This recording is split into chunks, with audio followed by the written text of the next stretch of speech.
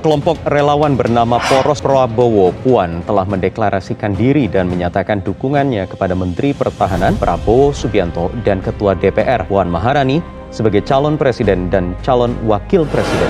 Yang terhitung dalam Poros Prabowo Puan dengan mantap dan sungguh-sungguh mendeklarasikan dukungan Prabowo Puan, sekaligus menyatakan terbentuknya organisasi ini dengan nama Poros Prabowo Puan. Dan selanjutnya kami akan membentuk cabang di seluruh Indonesia, 34 provinsi. Kami Poros Prabowo Puan mendeklarasikan untuk mendukung pasangan calon presiden Prabowo Puan ya pada 3 November 2021 di Matraman, Jakarta. Kenapa kami memilih Prabowo Puan? Karena memang bangsa Indonesia saat ini sedang membutuhkan pemimpin yang kuat, pemimpin yang negarawan, pemimpin yang bisa mempersatukan semua elemen bangsa ya. Bangsa kita sedang mengalami kondisi yang sangat terpuruk saat ini, bukan cuma Indonesia tapi semua dunia ya. Ya, dalam proses menuju Pilpres ada dua tahapan. Satu tahapan kandidasi, Andro, yang kedua adalah tahapan eleksi atau election. Nah, di proses kandidasi, potensi pasangan Prabowo Puan ini berpotensi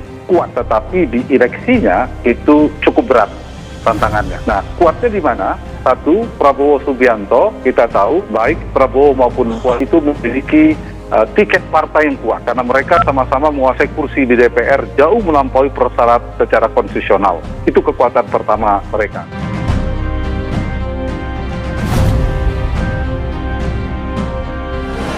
Ya, sebenarnya sekalian kita tidak menolak ya skenario lain, tetapi intinya adalah ada skenario Prabowo Puan yang diucapkan oleh seorang pengamat dan saya memberikan underlining ya, garis bawah ya. Ya, masalahnya adalah kita bicara tentang koalisi dan kita tahu bahwa Gerindra tidak bisa standing alone ya. Dengan kursi 78, Gerindra memerlukan 17 kursi lagi untuk menggapai atau bisa menjadi calon atau pasangan calon presiden dan wakil. Jadi memang kami koalisi Konsorsium Pemuda Tokoh Pemuda Indonesia Bersatu telah mendeklarasikan Poros Prabowo Puan. Kami yakin Prabowo Puan itu adalah sosok yang paling pas dalam rangka menyelesaikan problem-problem bangsa saat ini. Indonesia dibutuhkan pemimpin yang kuat dan pemimpin yang nasionalis, yang mampu merangkul semua kekuatan, yang mampu menyelesaikan semua problem bangsa. Kita tahu Prabowo Subianto, Ketua Umum Partai Gerindra, juga seorang veto player di Partai Gerindra, pemutus, pengendali partai. Mbak Puan juga orang terkuat DPD Perjuangan setelah Ibu Megawati, bisa dikatakan demikian, sehingga memiliki peluang kandidasi yang cukup kokoh. Nah, yang ketiga, dalam catatan saya mereka juga dari sisi kekuatan punya partai, punya kekuatan politik, kemudian punya mesin politik. Keduanya juga berpotensi untuk memanfaatkan mesin politik mereka dengan sebaik-baiknya. Satu lagi adalah kedua-duanya punya panggung tambahan, cukup strategis. Prabowo selain Ketua Umum adalah seorang Menteri Pertahanan.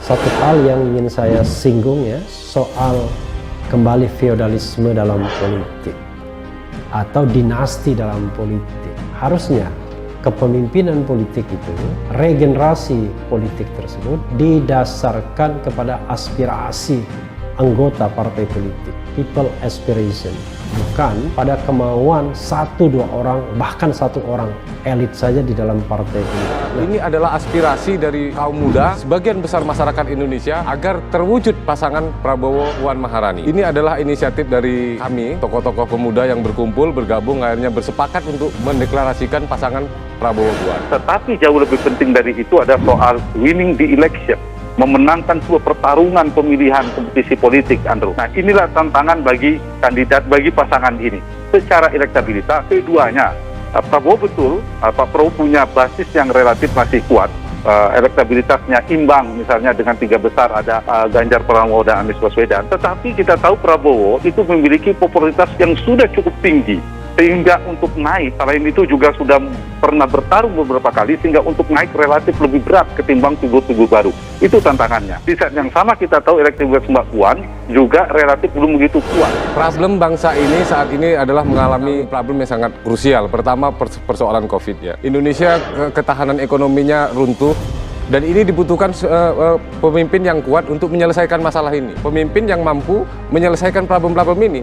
Jadi kalau pemimpinnya nggak kuat, ya nggak akan selesai problem ini. Pertama, persoalan COVID. Yang kedua adalah persoalan ketahanan nasional ya. Di Laut Cina Selatan saat ini sedang panas. Dan sosok Prabowo sosok yang paling pas untuk menyelesaikan konflik Laut Cina Selatan. Sehingga pasangan Prabowo Puan apabila menang ini nanti di Pilpres 2024 akan mampu menjadi barometer bahkan dipandang oleh dunia internasional. Dalam konteks partai-partai di Indonesia, misalnya pasangan Prabowo Puan, hanya 2 orang saja yang akan menentukan jalannya atau skenario Prabowo Puan ini, yaitu Megawati di PDIP dan Prabowo Subianto di Gerindra. Yang lain jangan harap bisa cawi-cawi. Nah, ini menunjukkan bahwa politik kita memang politik yang belum matang, politik yang belum demokratis, politik yang masih diwarnai dengan feodalisme. Hanya satu hal yang menjadi paradoks saudara sekalian, justru politik feodalisme itulah yang memenangkan pemilu.